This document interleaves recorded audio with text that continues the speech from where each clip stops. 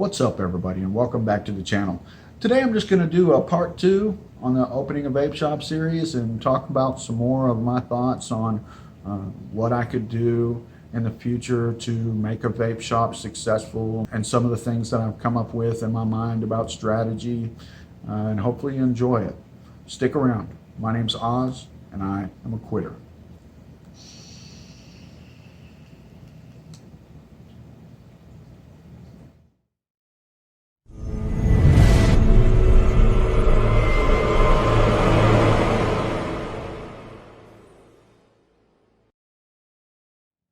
So first off, one of the things that I wanted to touch on a bit more from the last video is building a business model that's going to beat the competition.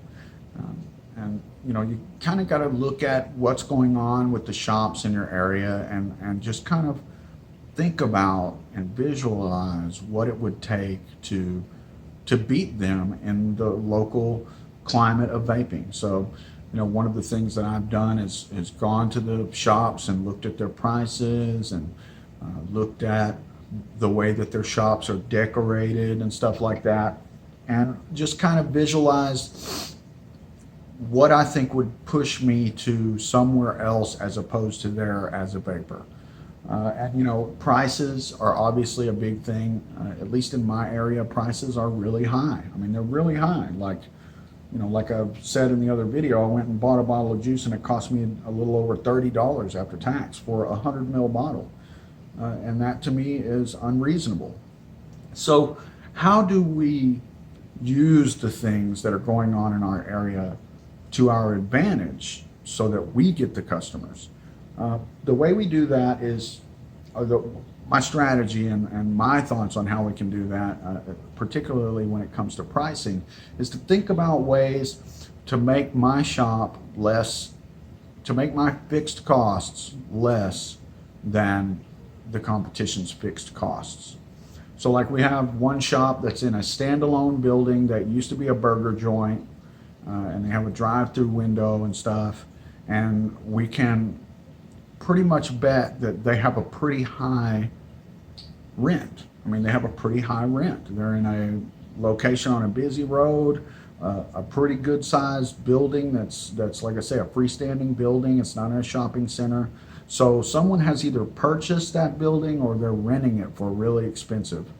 And then another shop, they're in a really busy shopping center, and it's just obvious that their rent is going to be high in that location. So first, let's talk about what I mean by fixed costs. My knowledge of the trucking industry and like leasing a truck, you have two different types of costs when you start thinking about running your own business, okay? You have fixed costs and you have variable costs. So your fixed costs are going to be things like, you know that your rent is going to be the same every month. You know that your electric bill is going to be close to the same every month, assuming you have an electric bill. You know that your payroll is going to be similar every month. You know that your phone bill is going to be the same every month. So you have these certain costs that are the same and that they do not fluctuate. So no matter if you make $100 or $10,000 in a month, you're still going to have to pay those fixed costs. Then you have variable costs. Your variable costs would be like restocking items, you know, things that will be different from month to month. So what we want to do is we want to put the variable costs aside, and we want to look at ways to cut down the fixed costs. So the lower we can get our fixed costs, the less money it takes to just keep the doors open and survive on a month-to-month basis. So the strategy to bring the prices down below the competition is to, right from the beginning, pay very close attention to what fixed costs you are incurring and what your fixed costs will be on a month-to-month basis, and trying to get those as low as possible.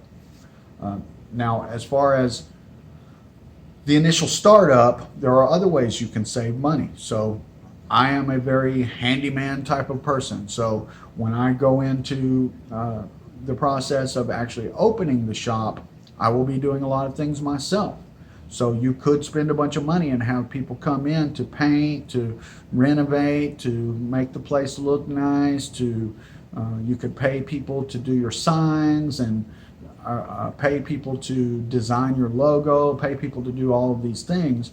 But if you're lucky like I am and you're already pretty adept at these types of things, you can do them yourself to save yourself a lot of money on the startup. And that's what I plan. I will be doing the logo design myself. I'll be doing the painting and making the shop ready to go myself. And I might get a friend involved or something, but I won't be paying a bunch of people a bunch of money to come in and do these things. So that saves you money.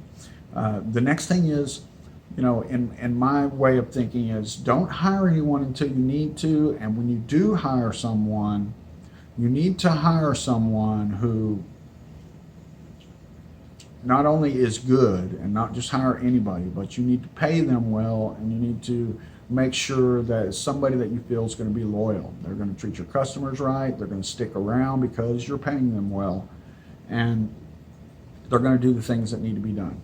Another thing is maybe getting an accountant or somebody to handle things like payroll and finances. And then another thing is getting a good point of sale, a POS system, and trying to pay cash up front for it, and not do one of these monthly rental things that are going to add to your fixed costs and perhaps even your variable costs. So that's part of the strategy. We need to try to get our costs as low as possible and make sure that our fixed costs going toward the future are as low as possible. When you do that, it's going to allow you to not charge as much for your merchandise as other shops are charging.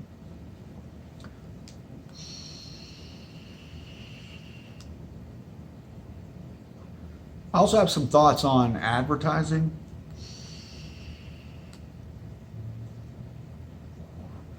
Now, I'm not totally sure about the legality in my area of radio ads, but having voice ads on the radio can be somewhat affordable depending on where you go and what time they're being aired and stuff like that.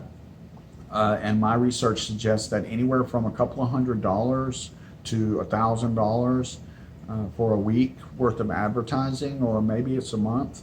And to have a little money in the beginning to run a week-long ad campaign on the radio, say once every couple of weeks for a couple of months, could be really helpful in getting things off the ground. Another strategy that I may employ is to offer select individuals the opportunity to get a free bottle of e-liquid every month if they put a big sticker of some kind on the back of their windshield of their car, like one of those, not a wrap, but a big windshield sticker, to try to direct people to you. And it needs to be eye-catching, needs to have the right wording on it to get people to come look at you. Another thing that you could do is have cards printed up for 10% off and place them in the right places. There's lots of places that have a billboard that you can put a business card on, or places that will let you put a stack of cards at their establishment and stuff like that. Could be another way to try to get people in the door. So coming up with creative advertising, creative ways to get the word out about your shop without spending a whole bunch of money could be really beneficial, especially in the beginning, to get people in the door.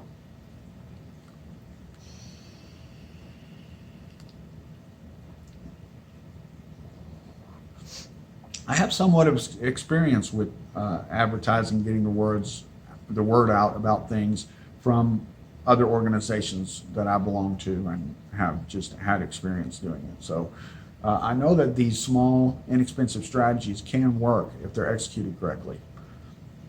Now,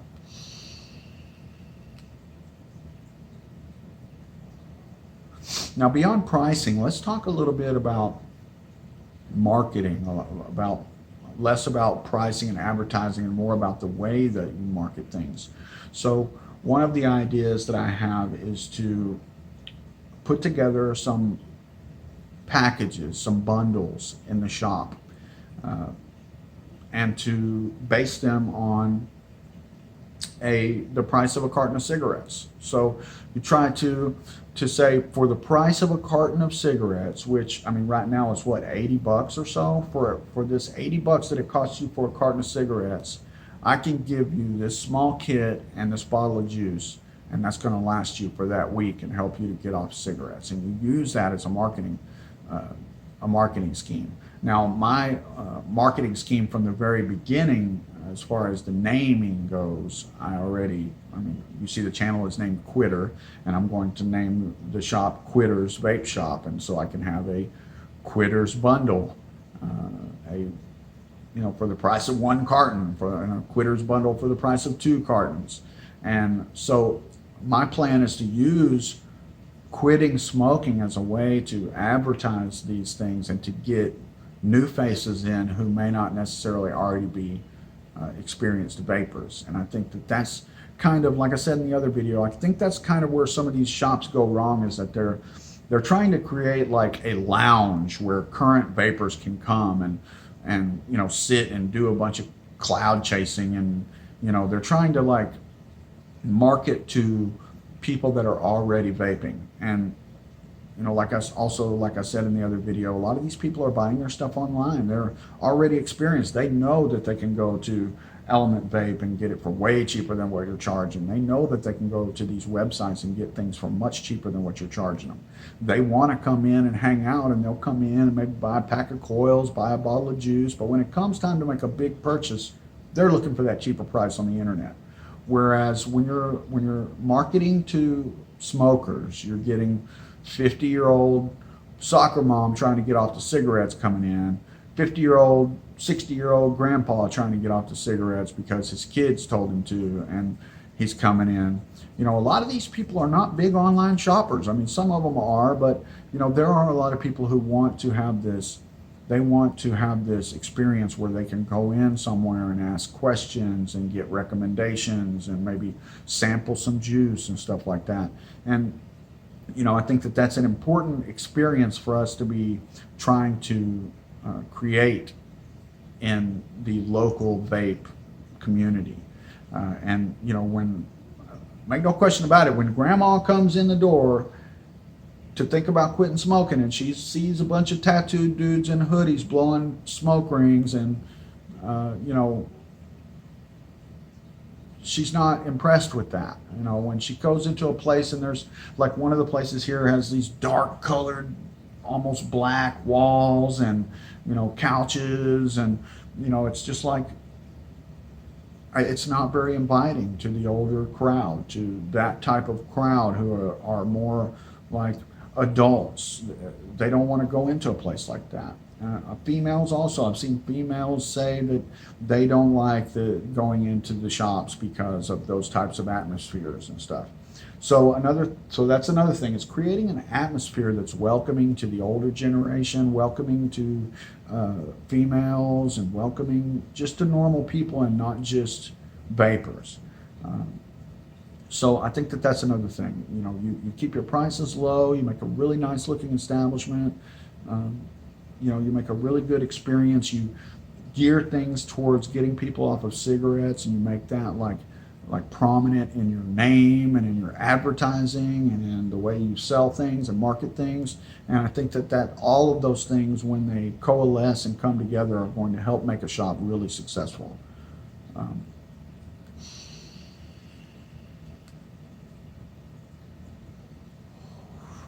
I guess that's all I'm going to talk about today. I'll save some other things for another video. Hopefully those of you who are stumbling across this have enjoyed the series so far, and I would really appreciate it if you would like and subscribe, and if you have any comments or if you found this helpful, leave it down below, and come back and stick with me through this journey, and we'll see if we can't make this happen together. Thanks for watching.